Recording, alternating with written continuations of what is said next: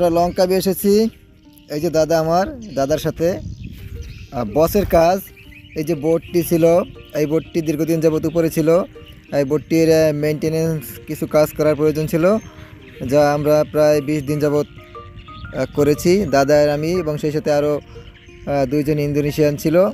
তারাও ছিল রিপেয়ারের কাজ, মেশিন রিপেয়ারের, তারপরে বোটের চারপাশে রিপেয়ারের, তারপরে পেইন্টের কাজ। এই সব কিছু মিলিয়ে মোটামুটি প্রায় 22-23 দিন কাজ করার পরে আজ নতুন করে এই নদীতে নামানো হয়েছে। এবং আশা আছি আগামীকালকে আমরা এখান থেকে সাগরের উদ্দেশ্যে রওনা দেব। সাগর হচ্ছে মালয়েশিয়ান লঙ্কাবিতে অবস্থিত। মালয়েশিয়ার লঙ্কাবি দ্বীপে আমরা আছি আপাতত, কিন্তু যে সাগরে যাব এই নদী দিয়ে আমরা সাগরের দিকে বের হব। এবং এর পূর্বে আমাদের এখানে দেখা যাচ্ছে যে আরও অনেকগুলো ছোট ছোট বোট রয়েছে, যাতে পরিবার নিয়ে সবাই ঘুরতে আসে। সাধারণত সব বিদেশিরা, সাধারণত ফরেনার সব। এই যে আরও উপরে আরও অনেকগুলো বোট রয়েছে, এই যে একটি রিপে করতেছে, ওই পাশে আরও একটি আছে। এরকম করে এখানে অনেকগুলো বোট রয়েছে, যা মেনটেন্যান্সের কাজ সমাপ্ত হওয়া মাত্রই এগুলো আবার পুনরায় নদীতে নেমে যাবে। এবং পরিবার সহ সবাই মিলে আর কি ঘোরাফেরা করে এখানে। এই পাশে হচ্ছে পাহাড়, এই নদী, সব মিলিয়ে মোটামুটি ভালোই লাগে এদিকে।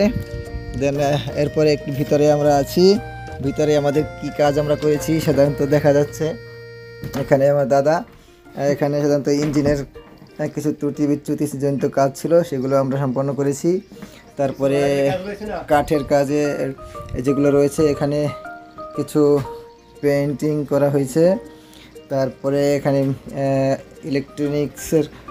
ইলেকট্রিশিয়ানের কিছু কাজ রয়েছে, যা দেখা যাচ্ছে এখানে।